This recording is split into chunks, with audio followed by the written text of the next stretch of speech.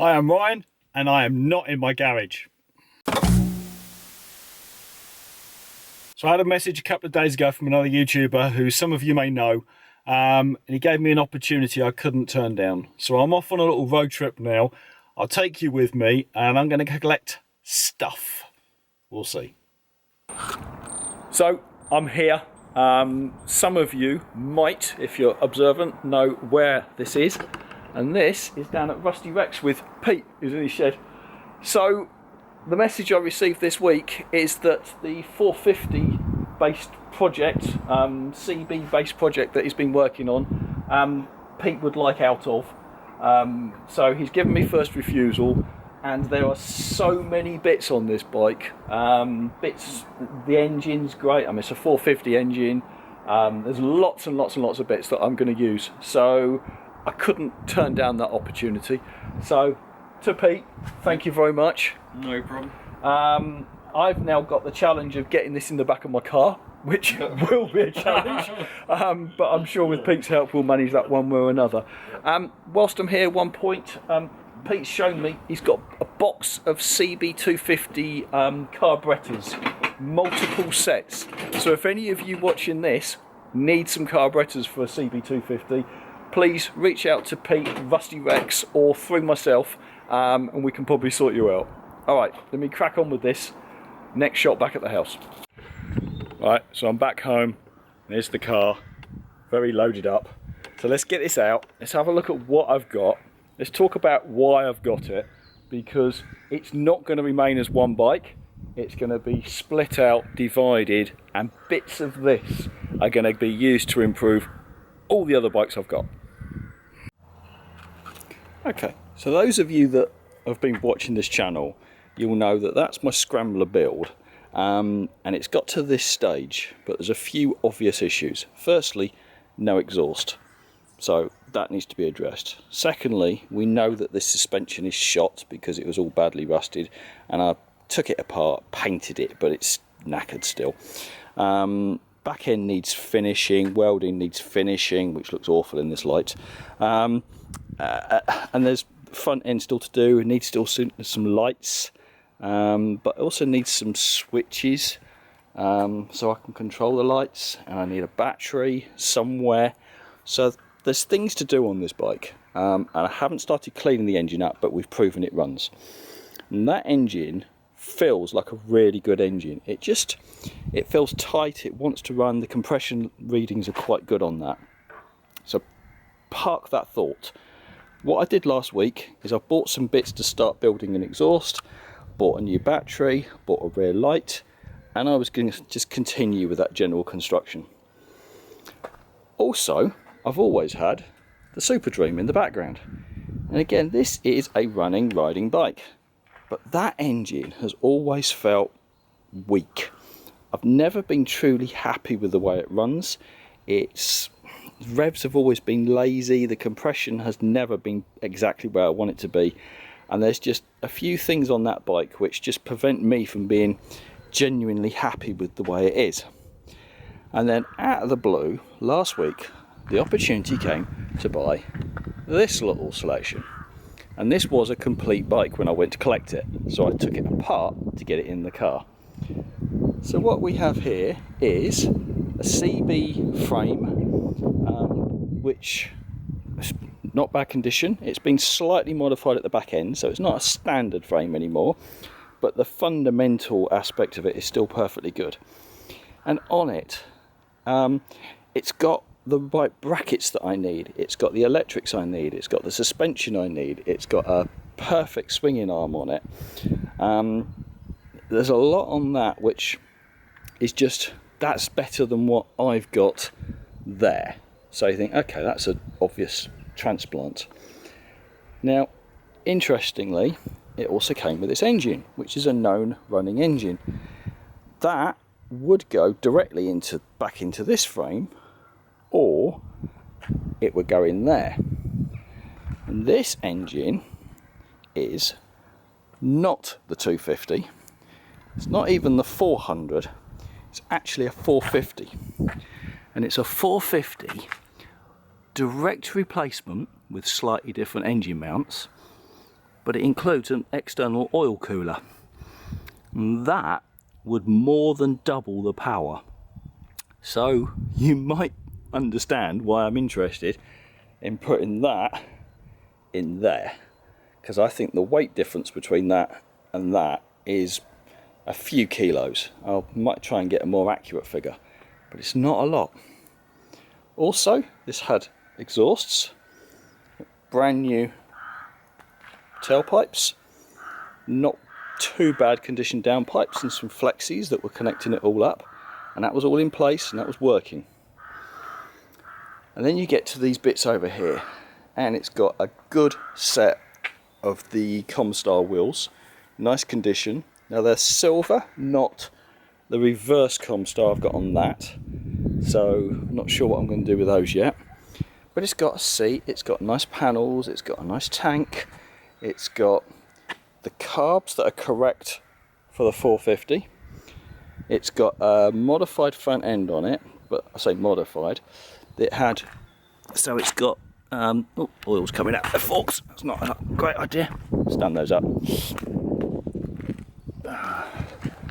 I'll stand them up there. There we go. You stand up there for a minute. Thank you. Right. Where was I? Yeah, so it's got straight handlebars on it, but it's got good condition switch gear. It's got good condition brakes. It's got a modified instrument panel with a digital speedo combined with a rev counter. It's got crash bars.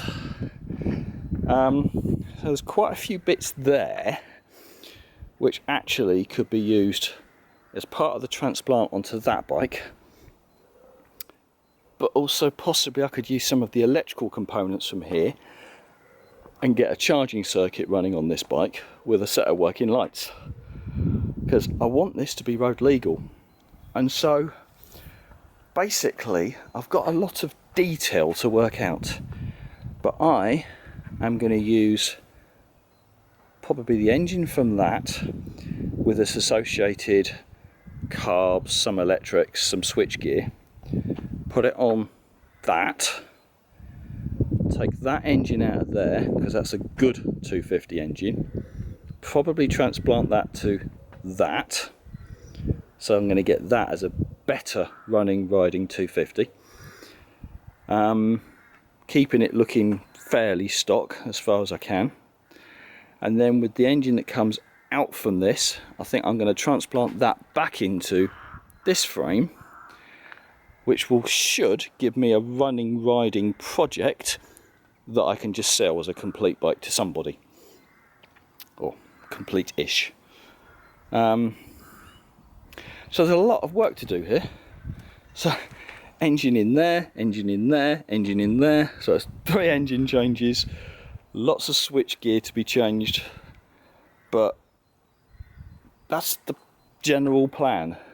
So hopefully you can understand why, when this collection of stuff arrived, I had to say yes. It was just too good to say no to, and it was a very sensible price. So thank you very, very much, Pete. Good friend to mine, and certainly supports the channel. So now let's start putting some of this into action. Right. Before it goes away, at least just run it for a while.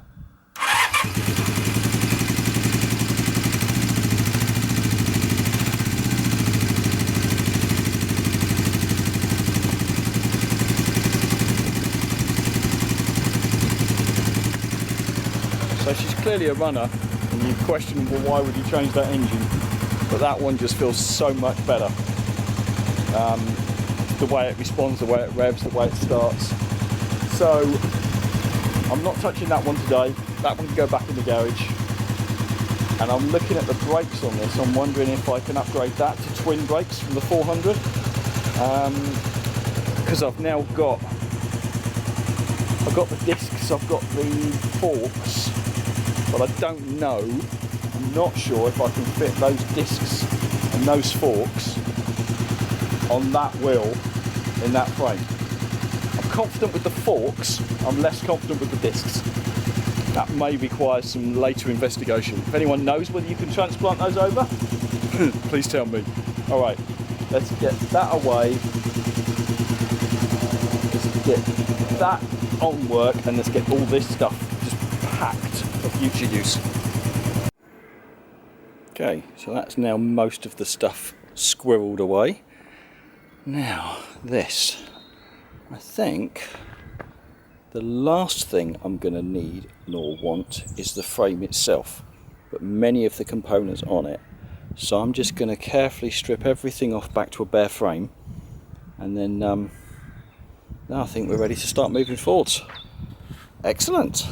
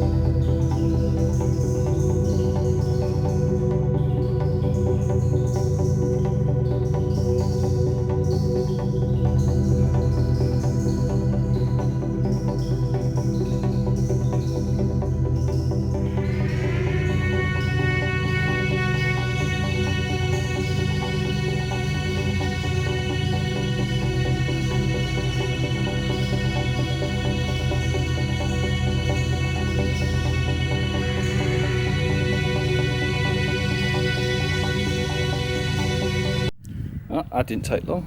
One bare frame and one collection of very useful bits, including a rear brake that's got a longer arm on it than mine, so that will actually fit better. The swinging arm is like new, so I mean I'll certainly compare that with mine, but that's likely to go on. I've got a battery tray holder that I'm not intending to use, but it's useful to have one. I've got a as new chain and a complete wiring loom, most of which I will use. Look at these little indicators. We've seen anything so small. So I wasn't intending to have indicators, but for something that small and that discreet, why would you not? So, okay, yep, good. Let's get everything packed away and get back inside. Okay, there is now another bike hidden amongst this garage somewhere. Evidence of an engine there. There's some handlebars up there, but otherwise vanished. Anyway, so time to start stripping this.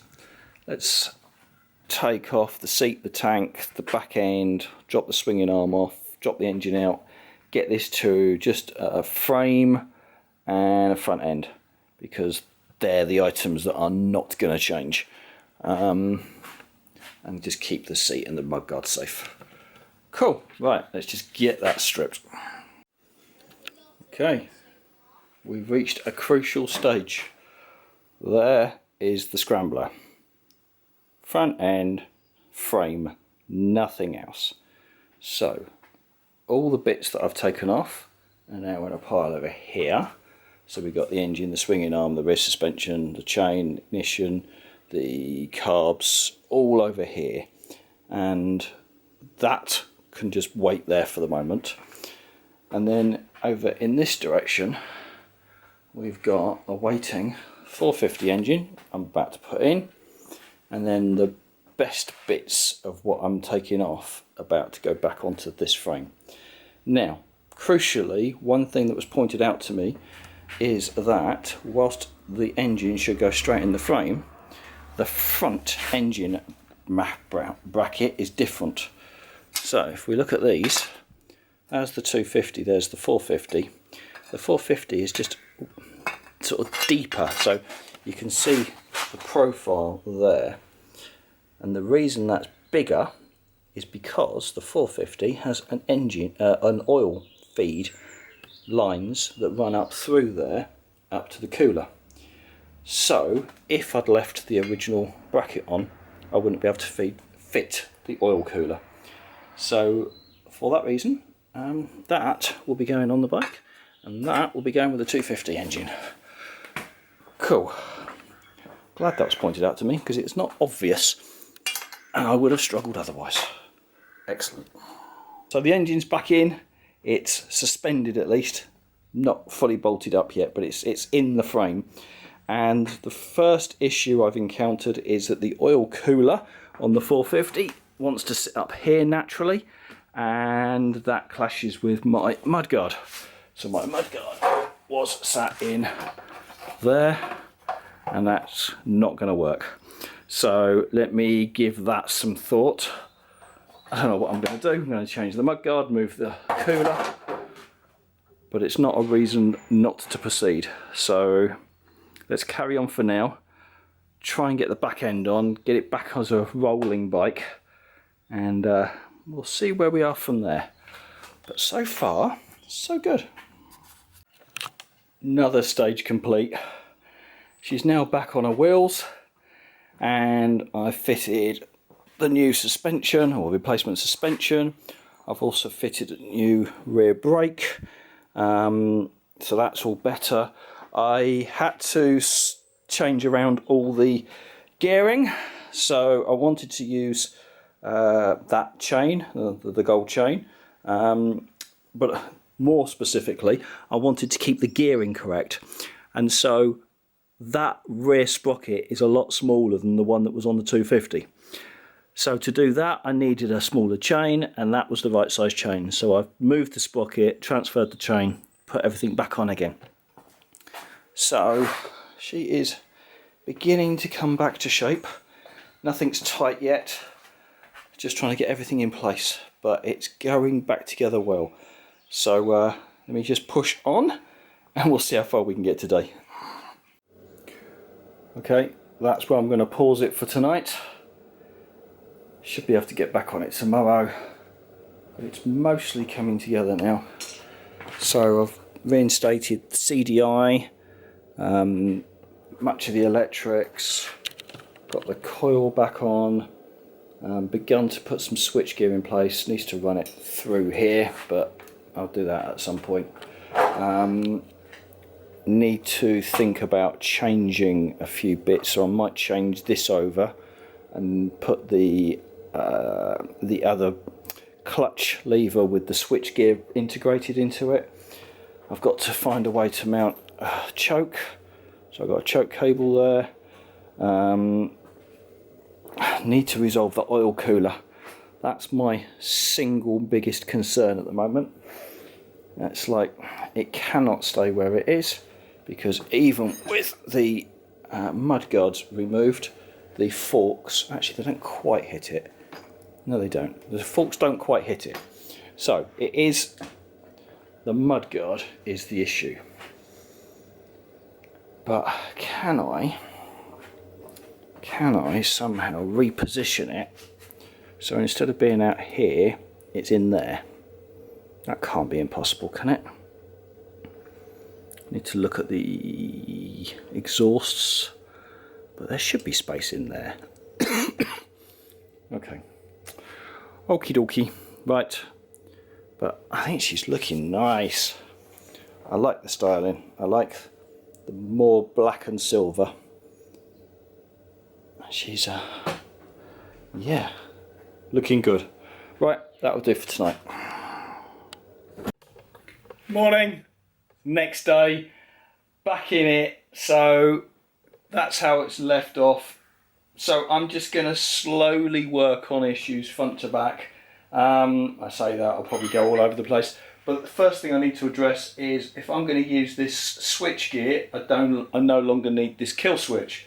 So let's remove that and then wire this in. I'm going to have to at least temporarily fit the electrics on here. Now I'm going to put them on using the standard CB location and board for now.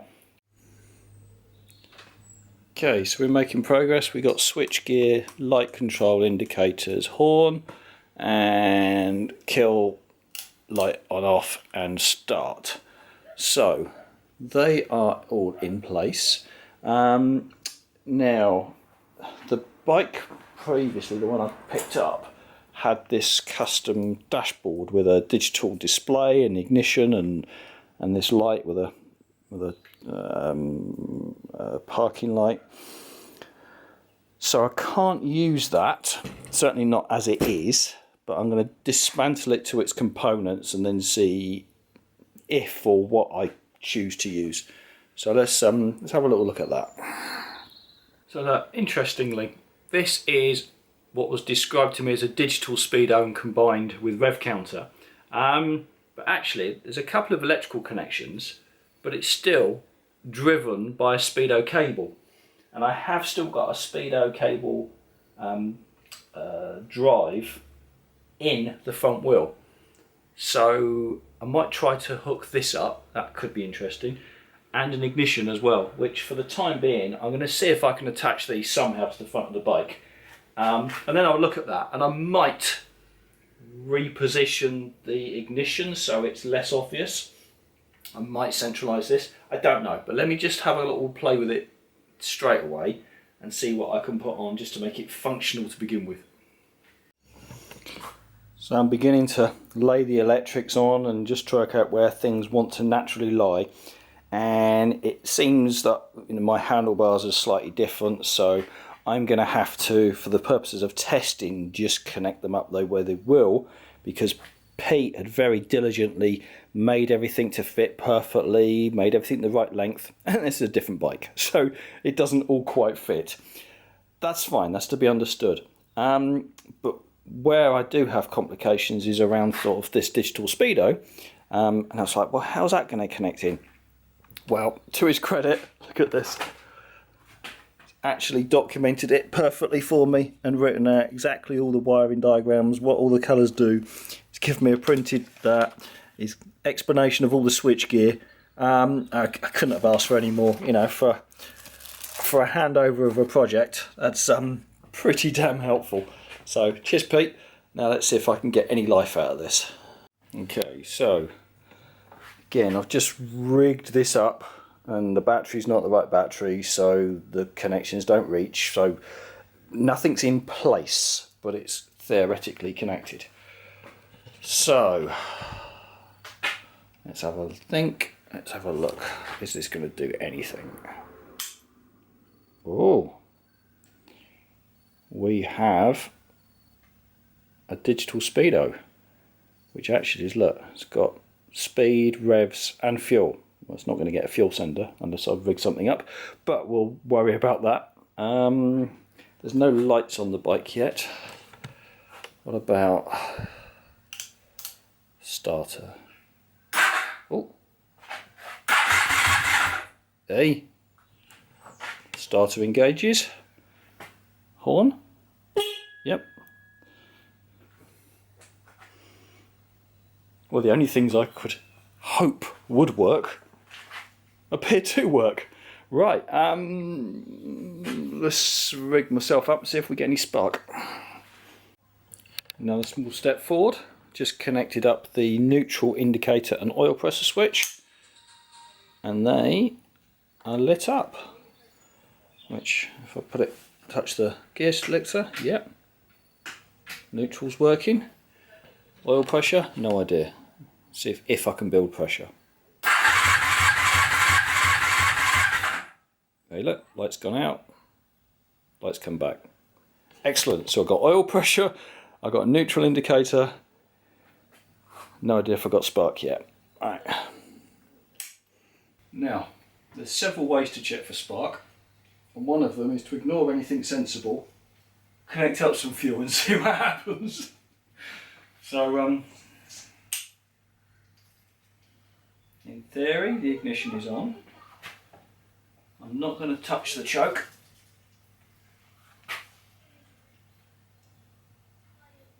Will it do anything?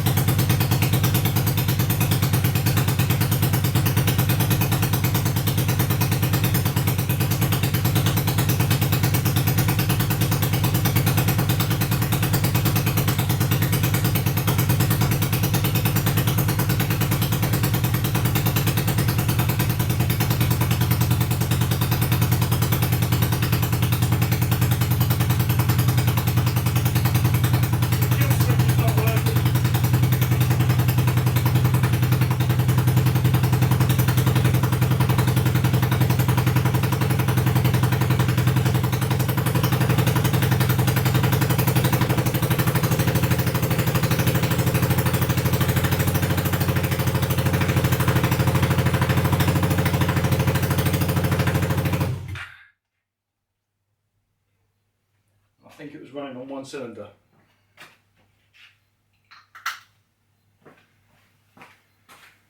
But it ran.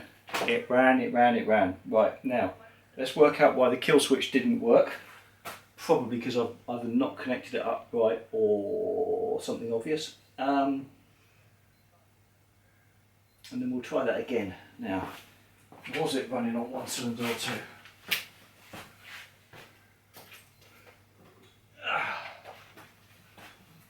Let's do the old sizzle test.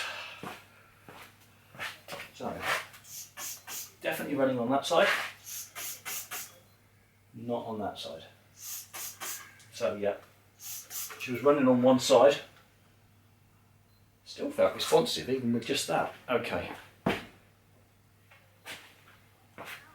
Fantastic though. Bit more diagnosis, we'll try again. There we go, so just had to work out the correct cable here for the kill switch, which is all stretched and out of it. So as I say, nothing is positioned where it wants to be. But right now, ignition on, touch the button.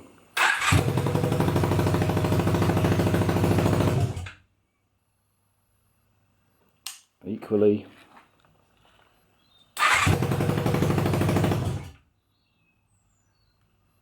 She's working. So I've got warning indicators that are working here.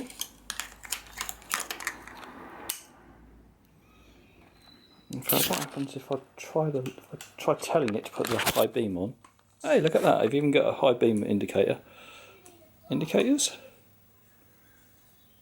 No, I mean there are no indicators on it. There's nothing connected up. But that is good. So yeah. Try that again. High beam indicator. Yes. That is pretty damn good. I'm happy with that. So yeah, I've got no lights whatsoever. No headlight yet. I've got one on order, which should be here in a couple of days. I think I'm going to take the same principle that Pete used before. So, I mean, it makes sense to reuse those indicator lights. I think I'm going to have this central, so I'll move that centrally, and then I think I'm going to relocate this. I don't know. I might have it here, just narrower together, or possibly just going to move that and put it maybe down under here somewhere or something. So don't judge my cabling, because I mean it's all over the place and nothing reaches if I try to do it more properly.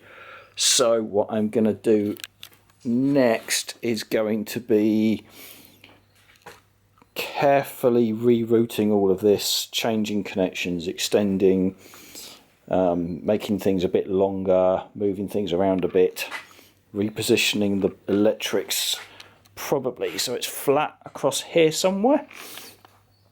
So yeah, got a load of work to do now, but I am proper happy with that so far.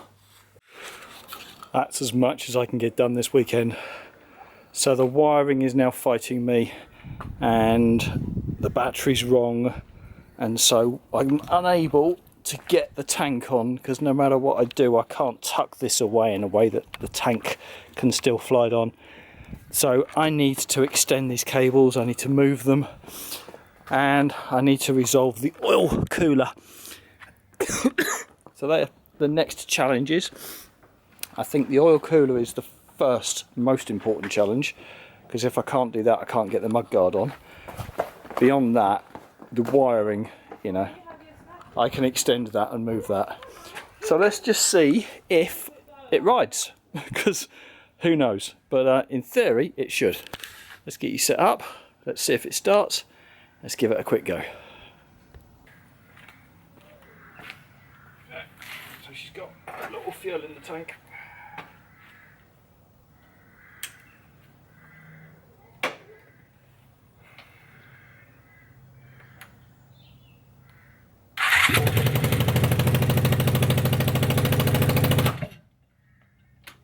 Guess the clutch needs adjustment.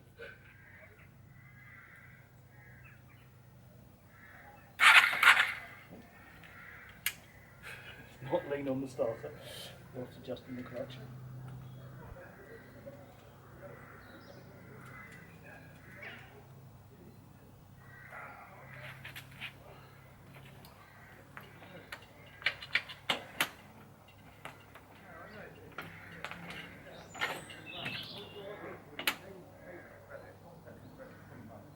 Maybe the clutch is clear.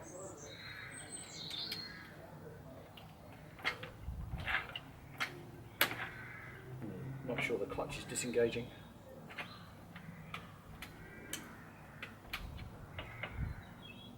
I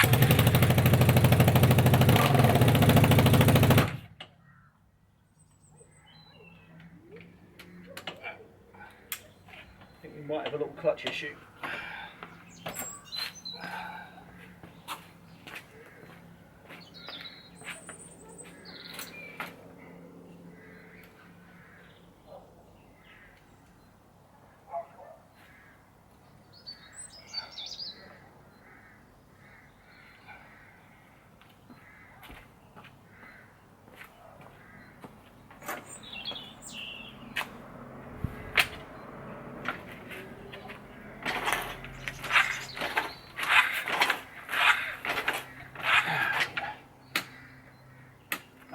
Pulling, it feels like it's doing the right job, but it's not disengaging. I don't think that's... I suspect the clutch is just jammed on.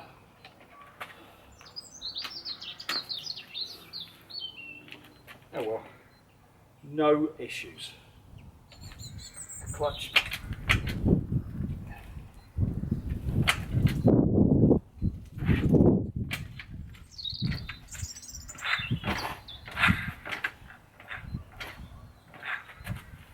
Start it again then, shall we?